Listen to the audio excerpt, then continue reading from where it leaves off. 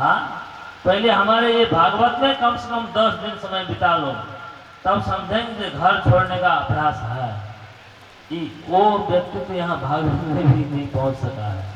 तो इसलिए सबसे पहले, अब कोई कहते हैं एकाएक हम आश्रम में चले जाएंगे, कोई घर छोड़ के चले जाएंगे। मैंने बहुतों को देखा, घर छोड़ने के बाद फिर उनको ऐसा आकर्षण होता है कि फिर वो घर वापस लौट जाते हैं।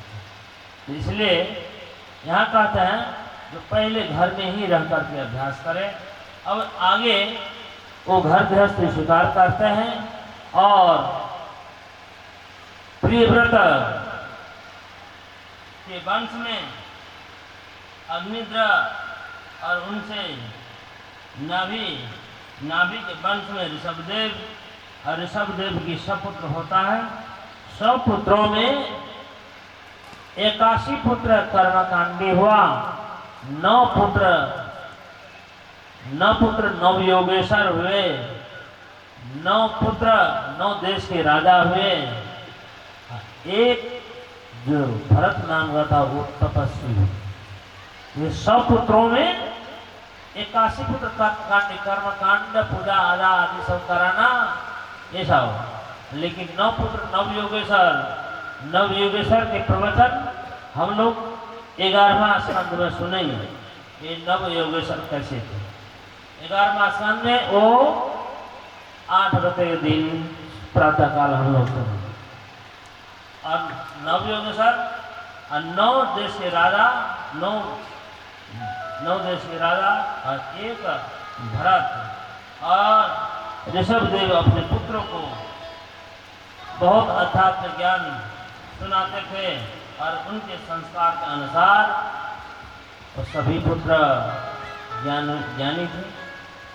और भरत जो तपस्वी थे, वो भरत तपस्वी की दिनचर्या के विषय में यहाँ पर बहुत सुंदर ढंग से वर्णन करते सुखदेव महाराज।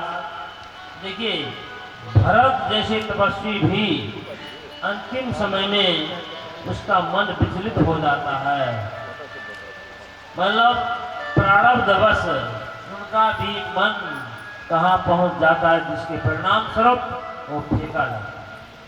अब यहाँ पर भरत तपस्वी के उपाख्यान हम लोग सुनने जा रहे हैं। एक बार की बात है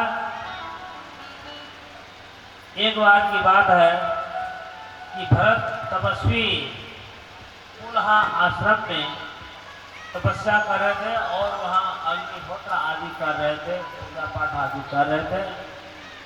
उसी समय में वहाँ एक कहते हैं गंडकी नदी बहती थी, सामने में नदी बह रही थी और वहाँ पर जंगली हरिण पानी पीने के लिए आई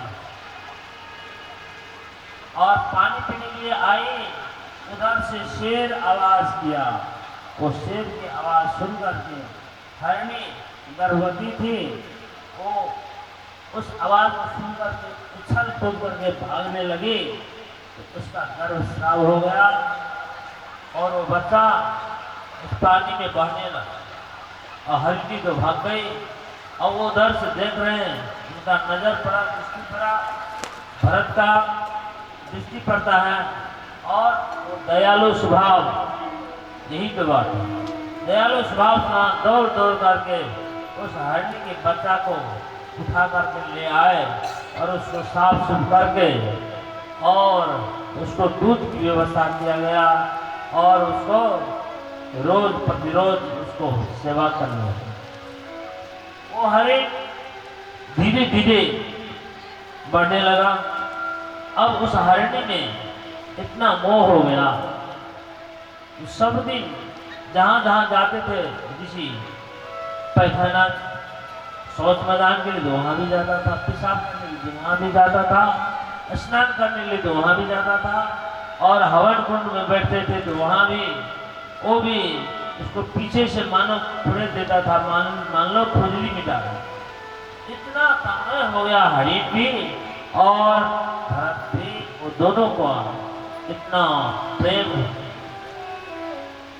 ऐसे होते होते वो हरिणी अपने जाति वाति को छोड़ करके उस मुनि के आश्रम में ही निवास करने लगा और इनका भी समय आ गया इस संसार से जाने के लिए। अब अंत समय में राजा और तपस्वी भरत सोच रहे हैं, चिंतन कर रहे हैं, स्वयं से चिंतन कर रहे हैं कि अब इसका क्या होगा। मैं तो अभी संसार से जा रहा हूँ, इस हरिणी को यहाँ पर बाघ, शेर आदि तो इसको खा जाएंगे या व्याध आदि सब इसको मार डालेंगे। इसकी नजर में वो हरिणाकार चित्रवृत्ति हो गई। उनके सामने में हरिणी दिखाई पड़ रही है और इसी बात को वेद में बताते हैं, यम यम वापि स्मरण भावम तदन्ति अन्ते कलेवरम तम तमेव स्माप्नोति नान्यथा स्तुति शासनात्। यम यम वापि स्मरण भावम तदन्ति अन्ते कलेवरम। जिस भाव से चिंतन करता है और अंतिम समय में जो भी चिंतन आता है उसी भाव के अनुसार वो उस योनि में प्रवेश करता है। तो वहां मृगाकार जो चित्रवृत्ति हो गई है। अब यहाँ से आप लोग श्रीमद् भागवत के दर्शन सुनने जा रहे हैं। श्रीमद् भागवत दर्शन जो है इसी को दर्शन कहते हैं। इसका थीसिस सिद्धांत ये भी बता रहे हैं। श्रीमद् भागवत का जो सिद्धांत है ये आप लोग रहस्यमय सुन रहे हैं। कथा कहानी तो आप लोग कहीं भी सुन लेंगे, कोई बात नहीं, लेकिन दार्शनिक जो विचारधारा है आप लोग दुर्लभता से श्रवण कर पाएंगे। इसीलिए यहाँ पर ये वेद में ये बताते हैं, जो जीव यहाँ से निकलते समय इसकी आत्मा में मोक्ष प्रकाश निकलता है, उस प्रकाश में जो दिखाई पड़ता है उस प्रकाश के अनुसार उसकी गति होती है। यही बात कृष्ण भगवान अर्जुन से कहते हैं, हे अर्जुन, यम यम वापि स्मरण भावम तदन्ति अन्ते कलेवरम तम तमेव कौन्तेय सदा तद्भाव भावितः। उपनिषद की बात को ही, वेद की बात को ही गीता में रख दी है, वेद की बात को ही रामायण में रख दी है।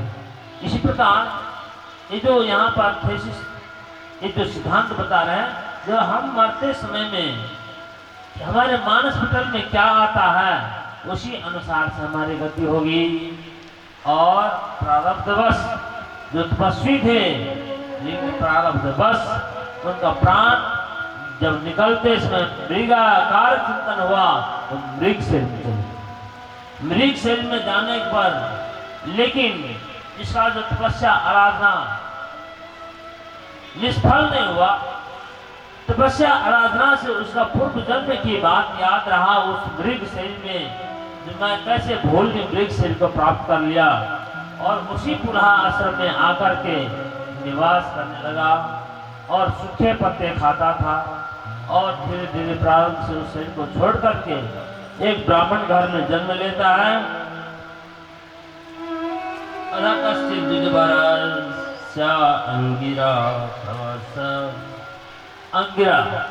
अंगिरा गोत्र में जन्म लेते हैं एक ब्राह्मण के घर में।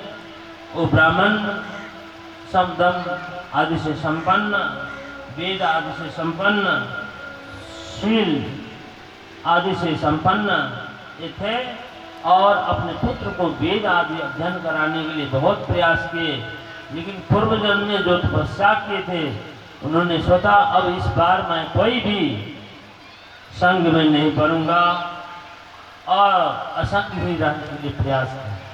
कोई व्यवहार में काम ही नहीं आने वाला और स्वच्छंद रहते थे। अब देखिए कैसा स्वच्छंद रहते, वो न वेद अध्ययन किया कुछ नहीं और घर के काम काज में लगा देते थे। खेत में देखने के लिए भेजते थे, वहाँ भी वो सही ढंग से नहीं करते थे। घर में काम करते थे वहाँ भी सही ढंग से नहीं करते थे। बड़ा चिंता की बात है। वो ब्राह्मण अपने सिर को छोड़ दिया और रहा भाई सब, दूसरे पक्ष का भाई था वो कौन क्या देते हैं, बस उसको ऐसे ही कोई कोई काम कराते थे। एक दिन वो भरत, अब यहाँ से इसका नाम जड़भरत, जड़ता जैसे, खेत की पहरा में था और उसी समय में एक राजा रहुगन पालकी में चढ़ कर के कपिल भगवान के पास ज्ञान प्राप्त करने के लिए जा रहा था। और उस जमाने में पालकी में चढ़ के जाते थे।